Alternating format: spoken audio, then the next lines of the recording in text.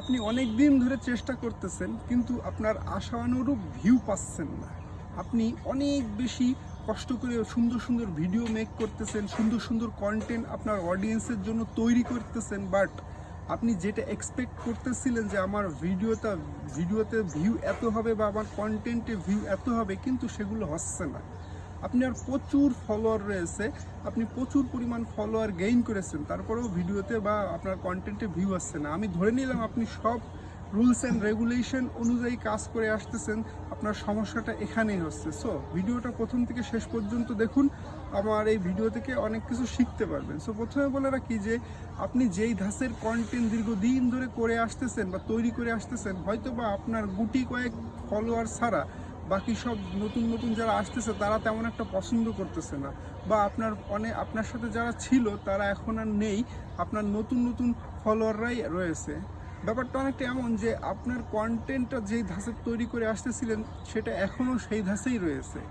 আপনি কন্টেন্টটা কোনো আপডেট করেন নাই বা আপনার ভিডিওতে নতুনত্ব কিছু আনে নাই, কারণ বর্তমানে অডিয়েন্সের টেস্ট কিন্তু দিনকে দিন চেঞ্জ হচ্ছে। তারা কিন্তু এক ধাঁচের ভিডিওগুলো দেখতে পছন্দ করতেছে না, আপনাকে এর মধ্যে নতুনত্ব কিছু আনতে হবে। আপনি ফলোয়ার প্রচুর পেয়েছেন, কিন্তু ভিডিও পোস্ট করার সাথে সাথে আপনার ফলোয়াররা সবাই ঘুমিয়ে থাকে, আপনার ফলোয়াররা ভিডিওগুলো দেখতে পছন্দ করে না। এর কারণ হচ্ছে আপনার ভিডিওতে নতুনত্ব কিছু নাই।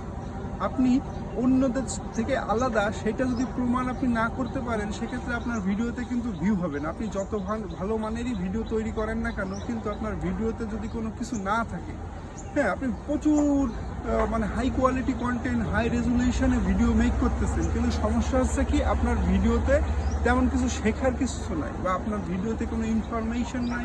আপনার কন্টেন্টটা সাদামাটা ধাঁচের, তেমন কিছু একটা নেই যাতে মানুষ ওতে লেগে থাকবে বা ওই এঙ্গেজ হয়ে থাকবে। সো এটা কিন্তু আপনাকে অবশ্যই ভাবতে হবে, আপনার অডিয়েন্সের টেস্ট অনুযায়ী আপনাকে ভিডিও বরাবরই মেক করতে হবে। আপনাকে দিনকে দিন সেটা আপডেট করতে হবে, নতুনত্ব কিছু আনতে হবে। এমন নয় যে অন্য আরেকজন যা করতেছে সেইটা কপি করে নিয়ে এসে আপনি দিলেন, এমন চলবে না। আপনার নিজের ক্রিয়েটিভিটি আইডিয়া দিয়ে আপনি নতুনত্ব এখানে আনবেন আপনার অডিয়েন্সের টেস্ট অনুযায়ী। আপনি দেখবেন যে কোন ভিডিওগুলো আমার অডিয়েন্সটা বেশি পছন্দ করতেছে, সো সেই ধাঁচের ভিডিওগুলো আপনি বেশি বেশি তৈরি করবেন।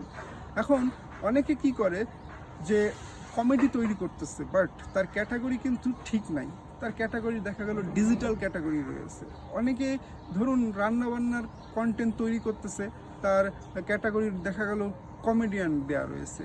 বা অনেকে ঘোরাঘুরি ভিডিও দেখছে বা ট্রাভেলিং করতেছে, তার ক্যাটাগরি সে দিয়ে রেখেছে দেখা গেল ডিজিটাল ক্যাটাগরি। হ্যাঁ, এখন অনেকে বলবে যে ক্যাটাগরিটা কেমন একটা গুরুত্বপূর্ণ নয়, কিন্তু আমি বলবো অবশ্যই গুরুত্বপূর্ণ, যেহেতু ফেসবুক এখানে দিয়েছে ক্যাটাগরি।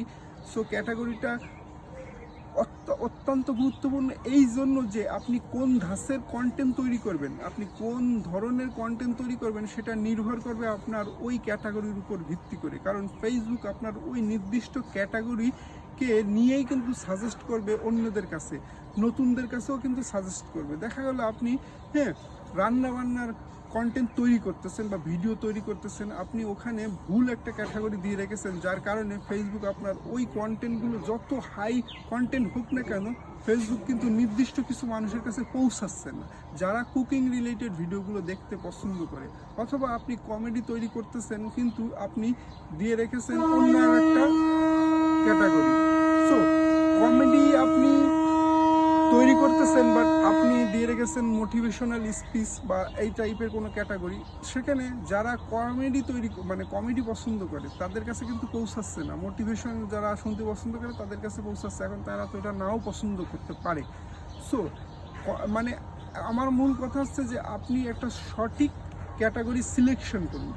আপনি যদি ঘোরাঘুরি পছন্দ করেন বা রান্নাবান্না পছন্দ করেন, সেই অনুযায়ী আপনি ক্যাটাগরি সিলেকশন করুন। এখন আপনি বলতে পারেন যে ভাই আমার নির্দিষ্ট কোনো ভিডিও নাই, আমি বিভিন্ন ধরনের কন্টেন্ট আমি সবগুলো এক জায়গায় দিতে চাই। দেখা গেলো আমার ইচ্ছা হলো রান্না করলাম, আমি ঘুরতে গেলাম ওইটাও দিলাম, আমি খেতে বসছি সেটাও দিলাম, আমি বন্ধুদের সাথে আড্ডা দিচ্ছি সেটাও দিলাম। তাহলে আমি কোন ক্যাটাগরিটা সিলেকশন করব? অবশ্যই এখানে আপনি ভিডিও ক্রিয়েটর হিসাবে সিলেকশন করবেন, কারণ এই ভিডিও ক্রিয়েটর ক্যাটাগরির আন্ডারে আপনি সকল ধরনের কন্টেন্ট দিতে পারবেন, সেক্ষেত্রে কোনো সমস্যা হবে না। কিন্তু আপনি যদি নির্দিষ্ট কোনো ক্যাটাগরির আন্ডারে কাজ করতে চান, যে একই ধাঁচের ভিডিও দিতে চান, সেক্ষেত্রে আপনাকে অবশ্যই একটা ক্যাটাগরি সিলেকশন করতে হবে। দেখা গেল আপনি শুধু রান্নাই করবেন, তাহলে কুকিং রিলেটেড একটা দিতে পারেন। আপনি মোটিভেশন দেবেন, মোটিভেশনাল দিতে পারেন। সেক্ষেত্রে কিন্তু আপনার জন্য আরও বেশি ফায়দা হবে। ফেসবুক যারা এই ক্যাটাগরির আন্ডারে ভিডিও দেখতে পছন্দ করে, তাদের কাছে আপনার কন্টেন্টগুলো পৌঁছে দেবে, এতে আপনার ভিউটা অনেক বেশি বৃদ্ধি পাবে। সো আর অবশ্যই আপনার অডিয়েন্সের টেস্ট অনুযায়ী আপনি কন্টেন্ট তৈরি করবেন, আর আপনি প্রতিনিয়ত ক্যাটাগরি চেঞ্জ করবেন না। দেখা গেলো আজকে আপনি ক্যাটাগরি চেঞ্জ করলেন, আরও ওইটা সময় দেবেন, 6 মাস 1 বছর পরে যেয়ে আবার চেঞ্জ করবেন। আপনি যদি ঘন ঘন চেঞ্জ করতে থাকেন, সেক্ষেত্রে আপনার রিস্ক কিন্তু সবসময় ডাউন থাকবে, কারণ হুট করে একটা ক্যাটাগরি চেঞ্জ করলে আপনার রিস্কটা কিন্তু ডাউন থাকবে। সো সেই রিস্কটা উঠতে কয়েক মাস সময় লাগবে, তারপরে কিন্তু আপনার ভিউ বৃদ্ধি পাবে। ইনস্ট্যান্টলি চেঞ্জ করার সাথে সাথেই কিন্তু ভিউ বৃদ্ধি পাবে না। সো আজকের ভিডিওটা আর বেশি লং করতে চাচ্ছি না। সো ধন্যবাদ সবাইকে।